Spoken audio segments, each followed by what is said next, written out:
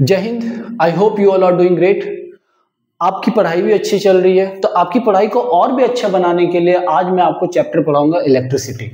Basically आज के lecture में मैं आपको इंट्रोडक्शन दूंगा चार्ज का और उसकी प्रॉपर्टीज के बारे में हम पढ़ेंगे, ठीक है ना। तो देखते हैं now.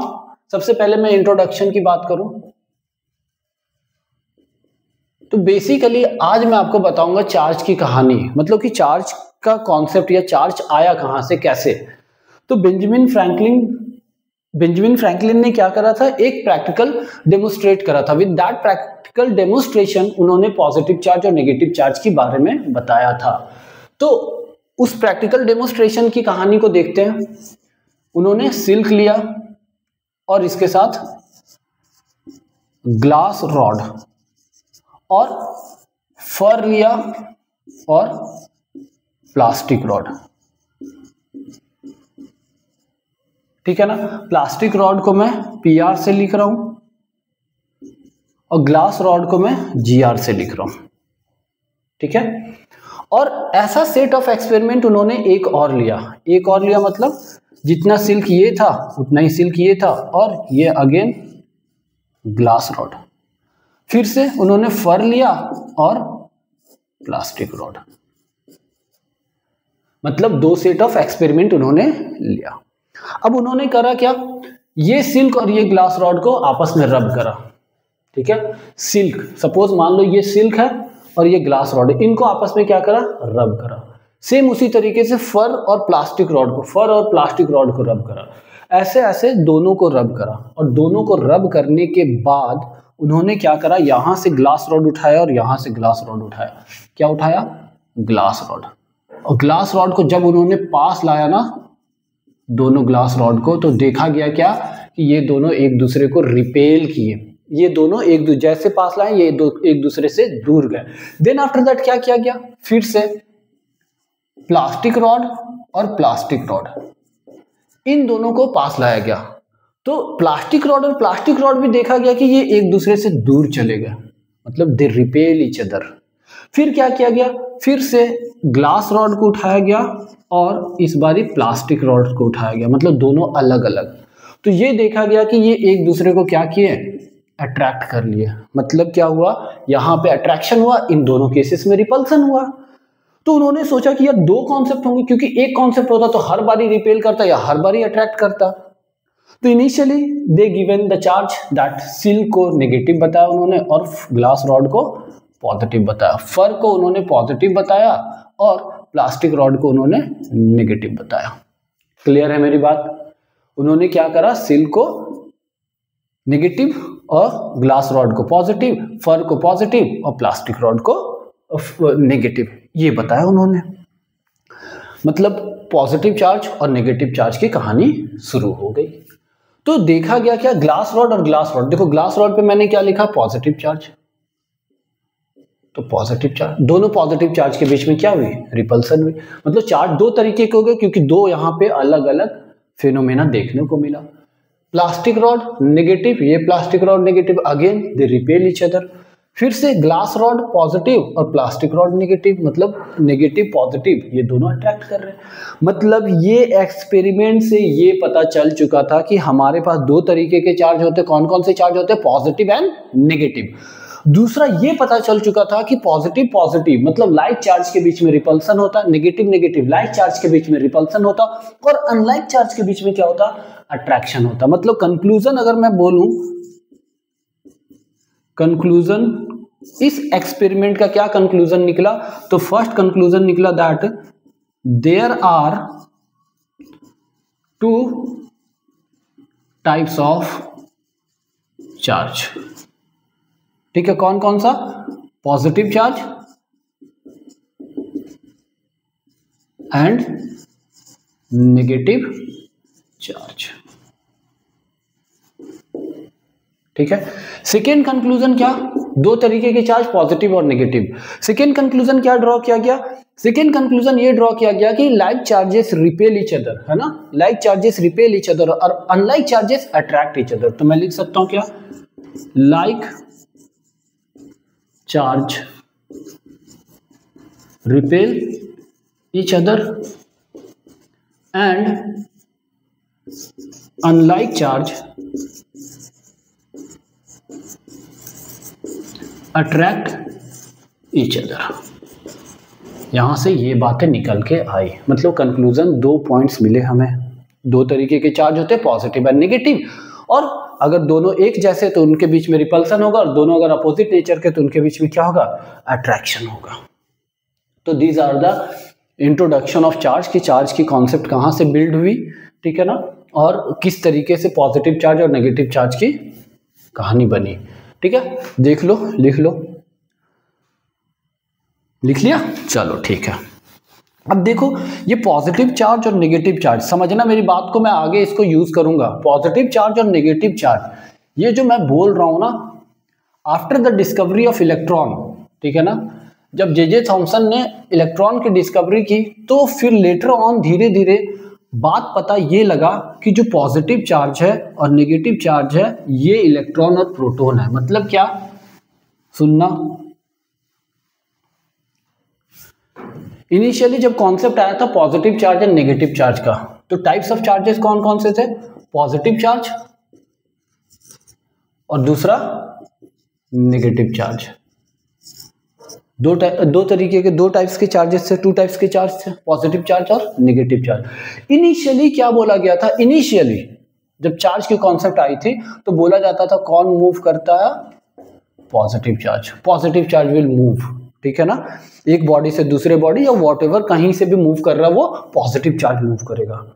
But after the discovery of electron, धीरे धीरे लेटर ऑन पता लगा, क्या पता लगा कि पॉजिटिव चार्ज तो मूव ही नहीं करता, कौन मूव करता, नेगेटिव चार्ज। मतलब पॉजिटिव चार्ज और नेगेटिव चार्ज किसमें कन्वर्ट हो गया, प्रोटॉन एंड इलेक्ट्रॉन पे। तो जब डिस्कवरी भी इलेक्ट्रॉन की और प्रोटॉन की, तो धीरे धीरे पता लगने लगा कि ये जो पॉजिटिव चार्ज आप बोल रहे हो ना, ये पॉजिटिव चार्ज कौन है, प्रोटॉन है, और ये नेगेटिव चार्ज कौन है, इलेक्ट्रॉन है। और बेसिकली कौन मूव करता है, इलेक्ट्रॉन, नेगेटिव चार्ज।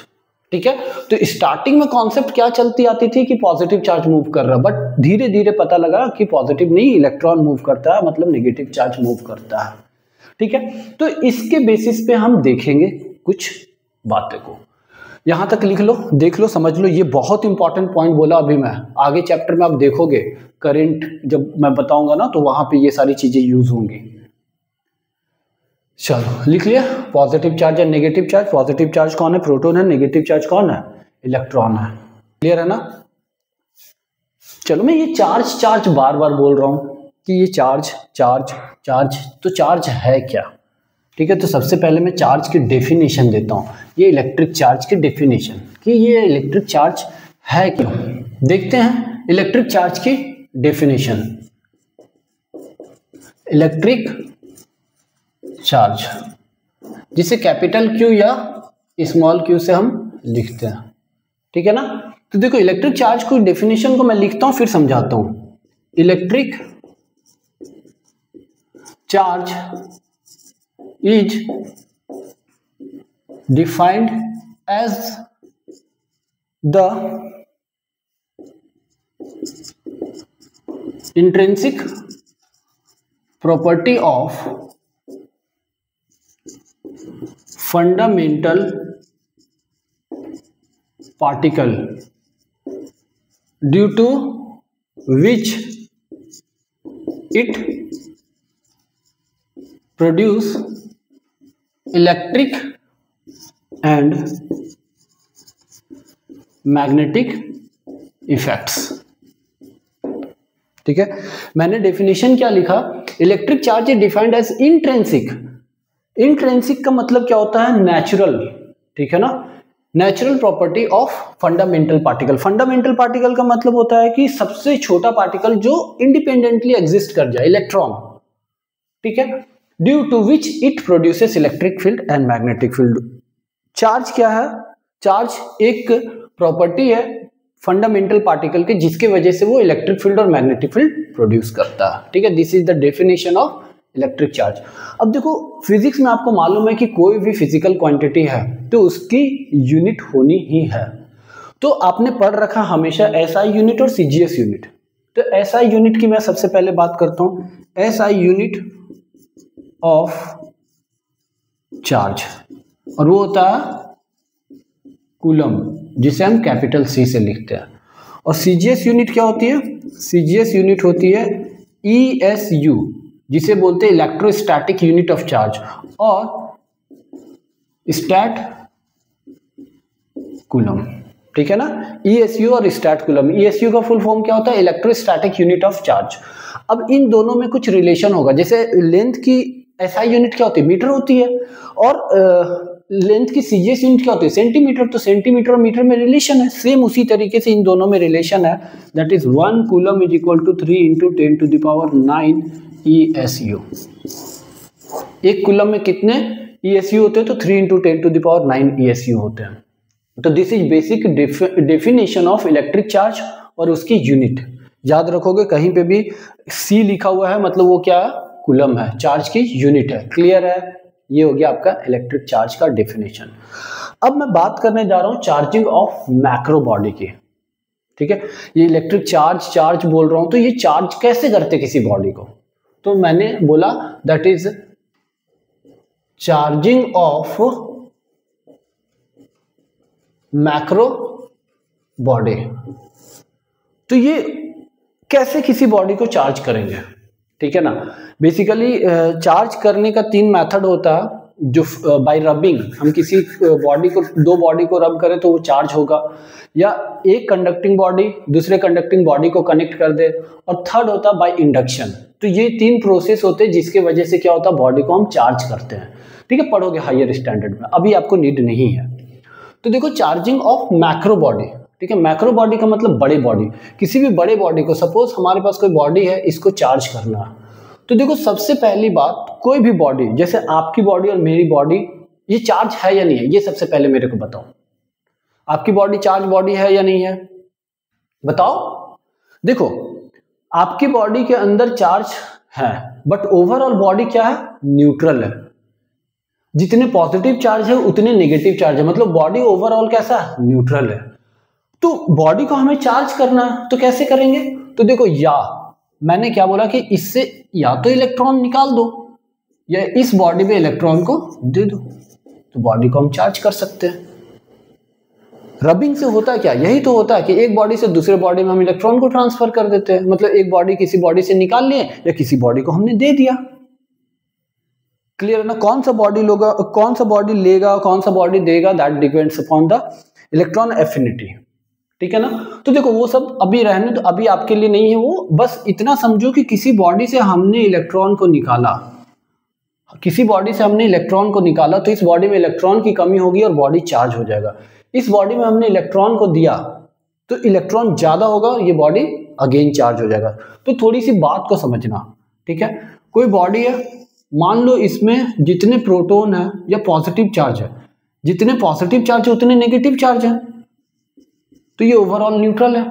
मैंने क्या करा, इससे इलेक्ट्रॉन, 2 इलेक्ट्रॉन को निकाल दिया, तो 2 इलेक्ट्रॉन निकालते ही देखो पॉजिटिव तो अपना रहेगा ही इलेक्ट्रॉनिक, तो 2 पॉजिटिव एक्सेस हो गए, तो ये बॉडी कैसा चार्ज बॉडी हो गया? Positive charge body. मतलब हम किसी बॉडी से इलेक्ट्रॉन को निकाल ले तो बॉडी कैसा चार्ज होगा? Positive charge body.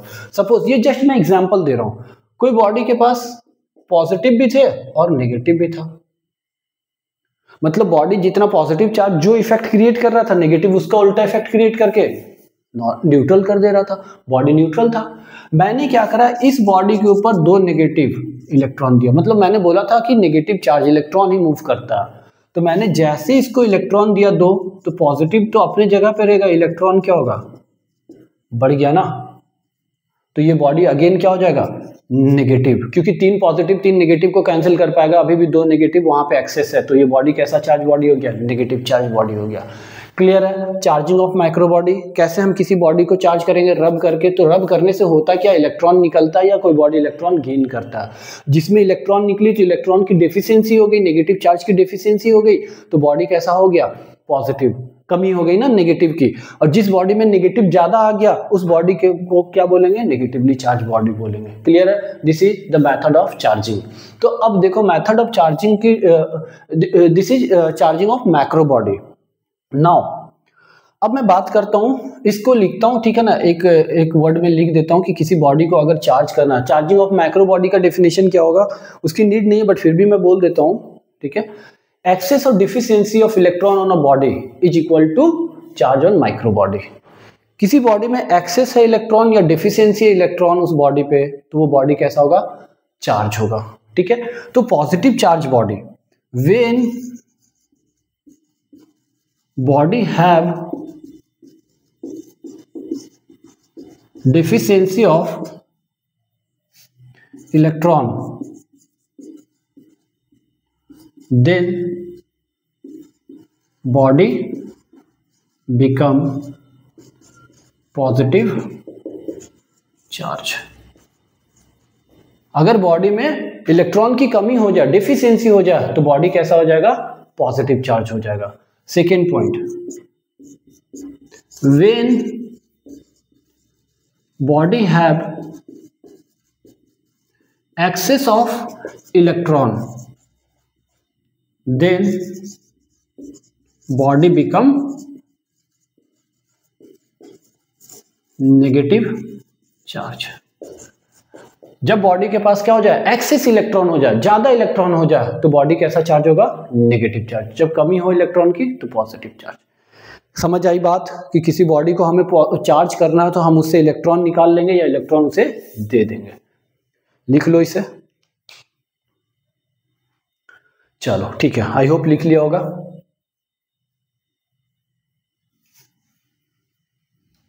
लिख लिया ना, रब कर दे रहा हूं मैं। अब मैं बात करूंगा प्रॉपर्टीज ऑफ चार्ज की। ये जो अभी आपने चार्ज देखा ना, चार्ज की डेफिनेशन देख लिए, ठीक है ना, कि चार्ज होता क्या है। फिर आपने किसी बॉडी को चार्ज करने का तरीका भी सीख लिया कि मेथड ऑफ चार्जिंग, कौन कौन से मेथड होते हैं। मेथड को मैंने बताया था बट उसकी ज़रूरत नहीं है, बस किस तरीके से किसी बॉडी को हम पॉजिटिव बॉडी बनाते हैं, किस तरीके से किसी बॉडी को हम नेगेटिव बनाते हैं।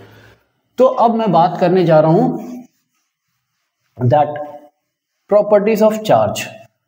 जो आपने चार्ज पढ़ा, उस चार्ज का क्या प्रॉपर्टीज होता है, ठीक है। वन बाय वन सारे को डील करते हैं। तो सबसे पहला,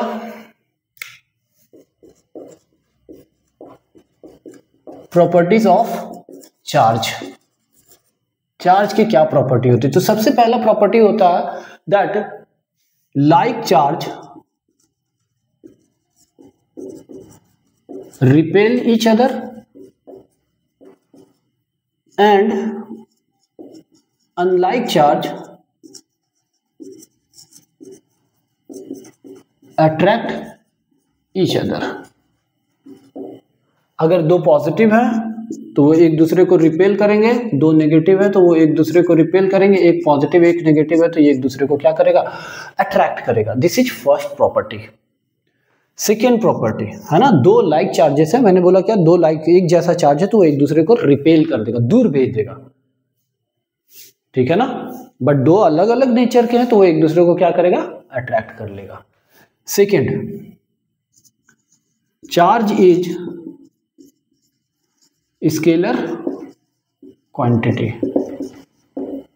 स्केलर क्वांटिटी का मतलब क्या होता कि जिसके पास सिर्फ और सिर्फ मैग्नीट्यूड हो, कोई डायरेक्शन ना हो, है ना। आपने पढ़ा होगा स्टैंडर्ड 9th में, फोर्स क्या होता है, वेक्टर क्वांटिटी होता है। क्यों, क्योंकि उसकी मैग्नीट्यूड भी होती है और डायरेक्शन भी। जैसे मैं यहाँ पे हिट करूं तो मैंने कितना जोर से मारा, दैट इज मैग्नीट्यूड, और इस डायरेक्शन में मारा तो मैग्नीट्यूड प्लस डायरेक्शन वेक्टर हो गया।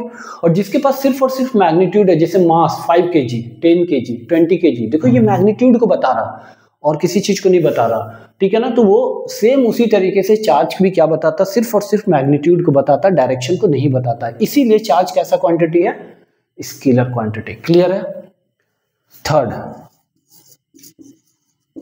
Charge is conserve. What it mean कि हम चार्ज को ना ही क्रिएट कर सकते ना ही डिस्ट्रॉयड कर सकते। Conservation of charge, this is conservation of charge. मतलब मैं लिख सकता हूं charge can neither be created nor be destroyed. It can transfer from one body to another body। ठीक है, चार्ज को ना ही हम क्रिएट कर सकते ना ही डिस्ट्रॉय कर सकते हैं, बस हम एक बॉडी से दूसरे बॉडी में ट्रांसफर कर सकते हैं। मैंने बोला था मेथड ऑफ चार्जिंग, चार्ज करा, एक बॉडी से दूसरे बॉडी में ट्रांसफर हो गया। क्लियर है ना? तो चार्ज को जस्ट हमने क्या करा, एक बॉडी से दूसरे बॉडी में हमने ट्रांसफर करा, ना ही क्रिएट करा ना ही डिस्ट्रॉय करा। Fourth, that is quantization of charge. Quantization of charge का मतलब क्या होता है? क्वांटाइजेशन ऑफ चार्ज का मतलब होता है charge on a body is integral multiple of fundamental charge particle. ठीक है, मतलब किसी बॉडी पे कितना चार्ज है, कोई बॉडी कितना चार्ज है, वो इस बात पे डिपेंड करेगा कि उस बॉडी के पास कितने इंटीग्रल मल्टीपल है फंडामेंटल चार्ज पार्टिकल के। फंडामेंटल चार्ज पार्टिकल, फंडामेंटल का मतलब क्या होता है? फंडामेंटल का मतलब होता है सबसे छोटा चार्ज। सबसे छोटा इलेक्ट्रॉन है, नहीं, इलेक्ट्रॉन से भी छोटा है न्यूट्रिनो और एंटी न्यूट्रिनो।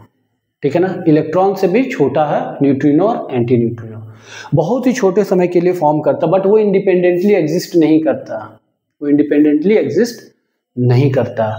तो दो कंडीशन होने चाहिए फंडामेंटल चार्ज पार्टिकल के, क्या क्या? कि वो इंडिपेंडेंटली एग्जिस्ट कर जाए, सबसे छोटा हो। तो इलेक्ट्रॉन इंडिपेंडेंटली एग्जिस्ट कर जाता है और छोटा होता है, दोनों वो बात को वो जस्टिफाई कर लेता है। क्लियर है ना? तो इलेक्ट्रॉन फंडामेंटल चार्ज है। तो मैंने क्या बोला, किसी भी बॉडी के ऊपर कितना चार्ज है वो डिपेंड करेगा उसके पास इंटीग्रल मल्टीपल ऑफ इलेक्ट्रॉन कितने हैं। ठीक है, क्लियर है? अभी देखो इसको और भी समझते हैं। मैथमेटिकली अगर हम लिखे तो कैसे लिखेंगे? कोई बॉडी है, इसके ऊपर Q लिखा हमने, तो Q is equal to plus minus NE। ठीक है, Q का मतलब क्या होता है? Q का मतलब होता है चार्ज ऑन बॉडी। N का मतलब क्या है? इंटीजर। और वो क्या होगा? प्लस माइनस 0 1 2 3 4, इस तरीके से। और E का मतलब क्या है?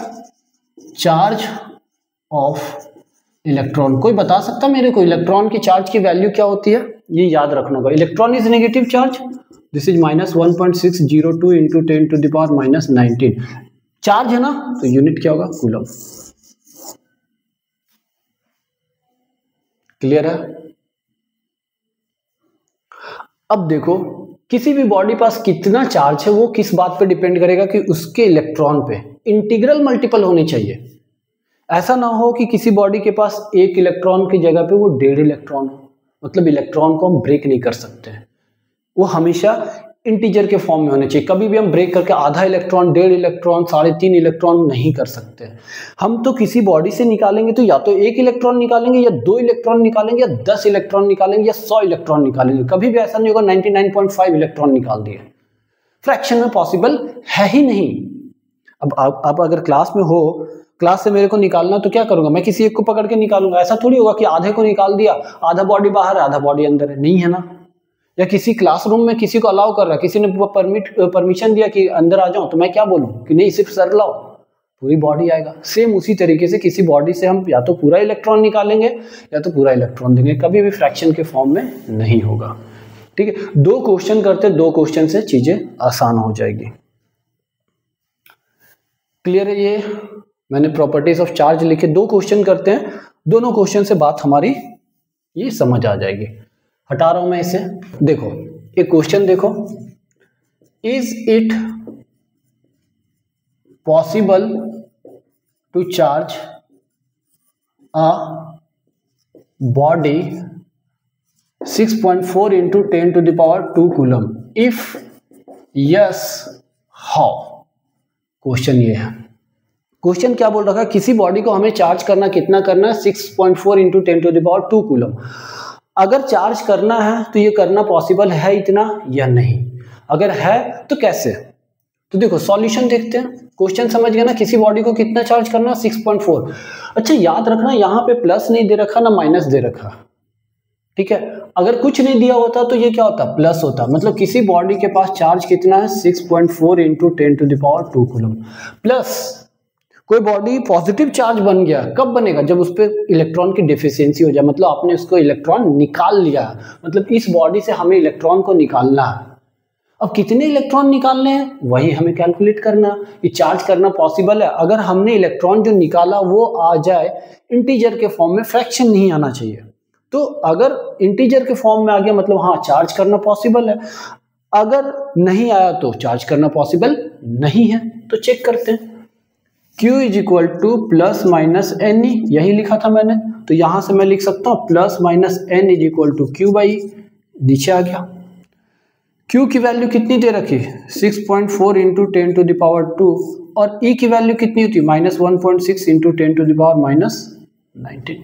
1.602 बोला था, इजी कैलकुलेशन करने के लिए मैंने लिया।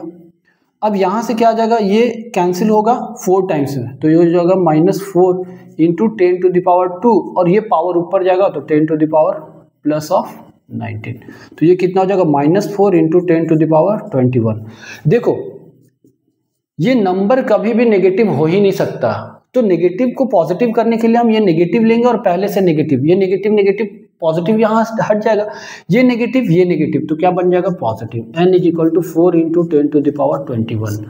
मतलब हम इतना इलेक्ट्रॉन बॉडी से निकाल ले, कितना, 4 इंटू 10⁻21, तो क्या हो जाएगा, ये बॉडी 6.4 इंटू 10⁻² कूलम के चार्ज हो जाएंगे। क्लियर है ना, हमें इतना इलेक्ट्रॉन निकालना पड़ेगा, 4 into 10⁻21 number of electron. Clear है, ये हो गई, समझ गए ना। पॉजिटिव नेगेटिव का क्या रोल है, सो दैट कि एंड में मेरे को क्या चाहिए, इंटीजर, वो नंबर है ना, तो नंबर हमें किस में चाहिए, पॉजिटिव में चाहिए। चलो एक और क्वेश्चन देखते हैं। क्वेश्चन है दैट कि किस 1 कूलम चार्ज में कितने नंबर ऑफ इलेक्ट्रॉन होते हैं। ठीक है, find number of electron in 1 coulomb. ठीक है, एक कूलम में कितने नंबर ऑफ इलेक्ट्रॉन होते हैं। तो सॉल्यूशन देखो, पहले एक बार वीडियो को पॉज करके लिख लो आप, उसके बाद इसकी सॉल्यूशन फाइंड करो, फिर मेरे को बताओ।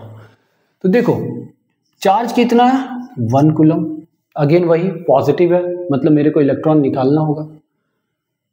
इलेक्ट्रॉन की वैल्यू कितनी होती है, -1.6 इंटू 10⁻⁻19 कूलम। तो Q is equal to plus minus n e. देखो प्लस माइनस एन ई ये मतलब तरीके से सॉल्व मैं कर रहा हूं, plus minus n is equal to Q by e. तो Q की वैल्यू कितनी है, 1, और E की वैल्यू -1.6 इंटू 10⁻⁻19। अब इसको डिवाइड कैसे करोगे, तो देखो ये ऊपर लेकर के जाओ, तो दिस इज -1, ये डेसिमल हटाओगे तो 10, और ऊपर से 10⁻19 जाएगा, दिस इज 60, ये होगा। एक जीरो इधर से ले आओ तो क्या होगा, -100/16 इंटू 10⁻18। इसको डिवाइड करोगे तो आएगा -6.25, आगे नहीं होगा रिपीट, ये इंटू 10⁻18 प्लस माइनस एन, तो यहाँ का माइनस कैंसिल कर देगा और ये पॉजिटिव बनाएगा, 6.25 इंटू 10⁻18। या इसको डेसिमल हटा करके किसी को कंफ्यूजन हो रहा है तो 625 इंटू 10⁻16, ये इतने नंबर ऑफ इलेक्ट्रॉन को निकालना पड़ेगा, तब जाकर के बॉडी 1 कूलम का चार्ज होगा। क्लियर है, 6.25 into 10⁻18 number of electron that we have to extract, तभी जाकर के इलेक्ट्रॉन कितने कूलम का चार्ज होगा, बॉडी 1 कूलम का चार्ज होगा। क्लियर है ना। तो मैंने बेसिकली आज के, लिख लो इसे पहले एक बार लिख लो, मैंने बेसिकली आज के क्लास में आपको चार्ज के बारे में बताया, चार्ज को इंट्रोडक्शन दिया, डेफिनेशन बताया, प्रॉपर्टी ऑफ चार्ज बताया, और प्रॉपर्टी ऑफ चार्ज से रिलेटेड एक मैंने क्या करवा दिया, न्यूमेरिकल करवा दिया।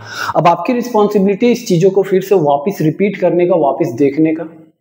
जितनी बार रिपीट करोगे कॉन्सेप्ट उतनी अच्छी क्लियर हो जाएगी। मतलब आपको क्या करना है, मेहनत करना है दिन रात लगा के जोर। क्या बोला मैंने, मेहनत करना है दिन रात लगा के जोर, तभी आपका रिजल्ट करेगा सूर। Thank you very much.